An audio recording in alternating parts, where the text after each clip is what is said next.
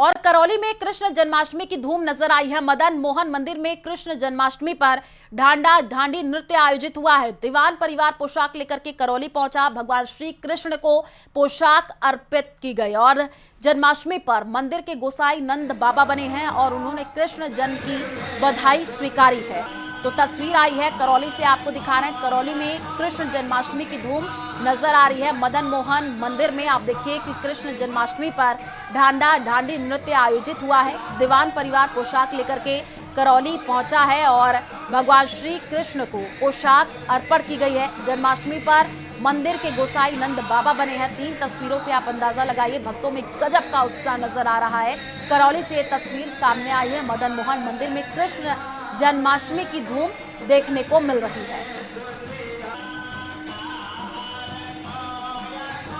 ये परंपरा ये है कि यहाँ चौधरी परिवार की तरफ से जब से मदन मोहन जी महाराज आए हैं तब से क्या है, पोशाक आती है ठाकुर जी के लिए। वो क्या है, जन्माष्टमी उत्सव होने के मतलब अभिषेक होने के बाद में वो पोशाक धारण होती है। और ये नंद बाबा की परंपरा है कि नंद बाबा उसको अगवानी करते हैं उनकी, और अब उसका कार्यक्रम उसमें धाड़ा धाड़ी के नृत्य वगैरह ये कार्यक्रम होते हैं। ये शुरू से ही मतलब राजशाही ठाट बाट से चले आ रहे हैं।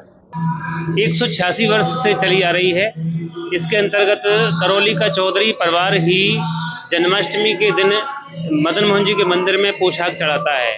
और इसका इतिहास ये है कि आज से 8वीं पीढ़ी पूर्व चौधरी किशन रामचंद्र जी थे, जो मंडरायल किले के किलेदार के रूप में कार्यरत थे। तो उन्होंने अपनी बेशकीमती ज़मीन पक्का कुआं बनवा करके और मदन मोहन जी के मंदिर को भेंट की थी। वो मदन मोहन जी के परम भक्त थे और उससे प्रसन्न होकर के जो तत्कालीन सेवायतन गोस्वामी श्री प्राण किशोर जी थे, जब इसका जो अधिकार और जो संचालन होता था गोस्वामी जी द्वारा होता था, तो उन्होंने चौधरी परिवार के श्री किशन रामचंद्र जी के लिए पट्टा जारी किया था कि आज से चौधरी परिवार के द्वारा, आपके परिवार के द्वारा ही मदन मोहन जी में पोशाक अर्पण की जाएगी। तब से ये परंपरा निरंतर चली हुई आ रही है और आज 186 वर्ष से करौली का ये चौधरी परिवार इस परंपरा का निर्वहन किया जा रहा है। ये बहुत ही भारतीय संस्कृति की अनुपम परंपरा है।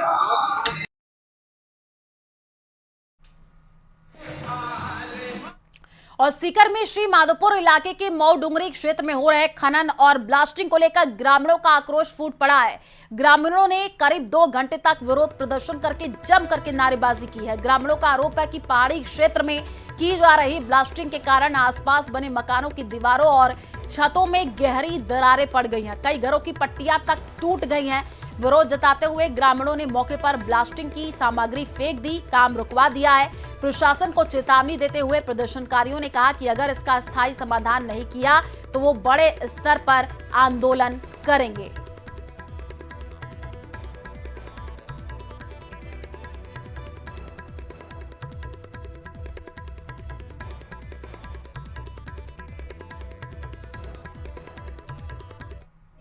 और वाहनों में प्रॉब्लम आती है, वाहनों को रोक लिया जाता है बीच रास्ते में और बहुत ज़्यादा नुकसान हो रहा है। मकानों में बहुत ज़्यादा दरारें आ रही है। ब्लास्टिंग करे जेड़े मकाना का मान दरार आ रही है। पूरा मकान सारा का मकान मंदिर जेड़े मेहंदीपुर बालाजी को जिका का मान दरार आ रही है। ऊपर न जातरी जान बंग परेशानी आ रही है और कई बंद कर जावा यार, फिर छोड़ना फिर बेद मेड़ा उल्टा। जो बालाजी का मंदिर है उसको आसपास के सब लोगों की मंदिर की में आस्था है और इसके बिल्कुल पास में ही मेहंदीपुर बालाजी का स्थान है। और जो ब्लास्टिंग का पहले भी ये मुद्दा उठा था, तो जो आसपास के घर हैं उनमें जो नुकसान हो रहा है, और हमने अभी आज मिलके और जो यहाँ पे इनका जो ऑब्जर्वेशन में है जो देख रहा है उसको हमने वार्निंग दे दी कि अब आगे से ब्लास्टिंग नहीं होनी चाहिए।